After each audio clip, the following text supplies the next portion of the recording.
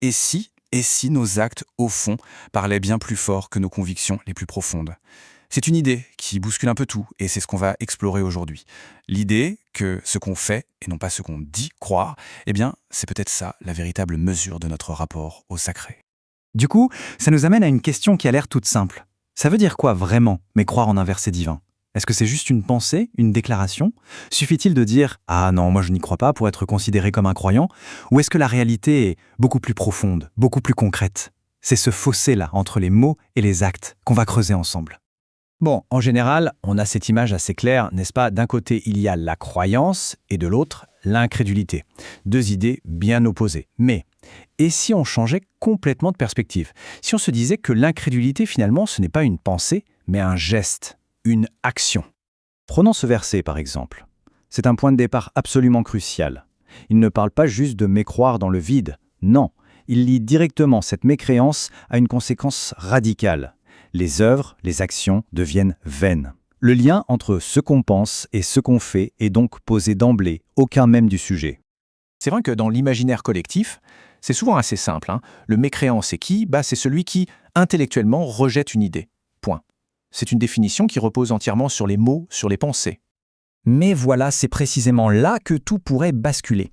Et si le vrai test, le test ultime, ne se trouvait pas dans nos paroles, mais bien dans nos actions?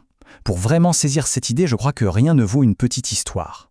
Alors voilà, imaginons une scène, une situation très simple, avec deux personnages. On va les appeler Zaïd et Omar. Et sur le papier, tout les oppose dans leur rapport au divin.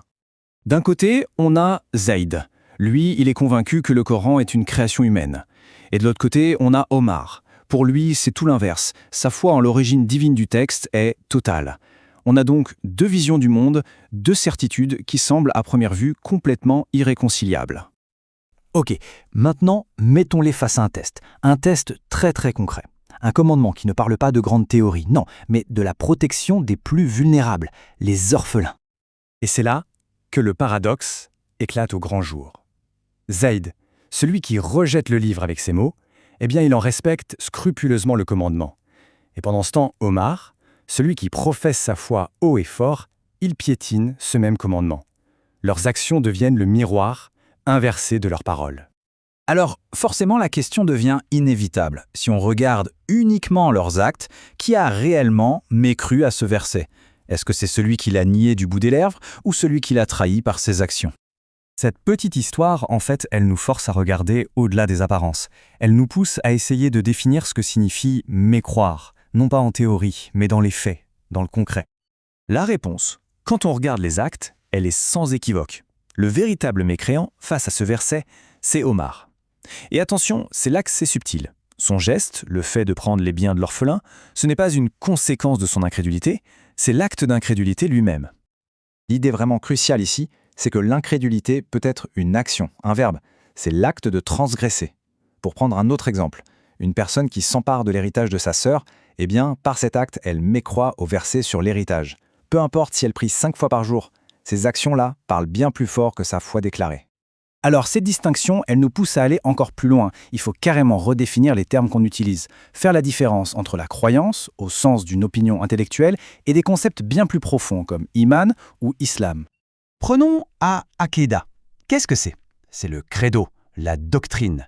C'est l'ensemble des choses qu'on affirme croire, avec sa tête et avec son cœur. C'est exactement ce que Zaïd et Omar ont déclaré au tout début de notre histoire. Et c'est là qu'on arrive à une redéfinition assez radicale, proposée dans l'analyse du docteur Khaled Al-Sayed Hassan. C'est celle du mot iman. On le traduit presque toujours par foi, mais sa racine c'est aman, qui veut dire la sécurité. Alors iman, ce ne serait pas une croyance, mais bien l'acte d'accorder la sécurité aux autres. Et un mu'min, ce ne serait pas juste un croyant, mais celui qui fait que les autres se sentent en sécurité et en confiance.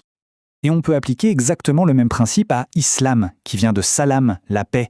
Ce ne serait pas une identité figée, mais un processus actif, l'acte d'établir, d'accorder la paix. Un musulman serait donc une personne auprès de laquelle les autres sont en paix. Vous voyez, dans les deux cas, la définition est totalement tournée vers l'action et son impact concret sur les autres. Toutes ces redéfinitions, au final, elles nous ramènent à une seule et même conclusion. Une conclusion simple, mais vraiment puissante. Ce qui compte, ce ne sont pas nos professions de foi, mais la réalité, la vérité de nos comportements. D'ailleurs, il y a une magnifique expression en arabe pour désigner ça. Lisan al-hal. On pourrait traduire ça par le langage de l'état des choses, ou, de manière plus poétique, ce que les actes racontent.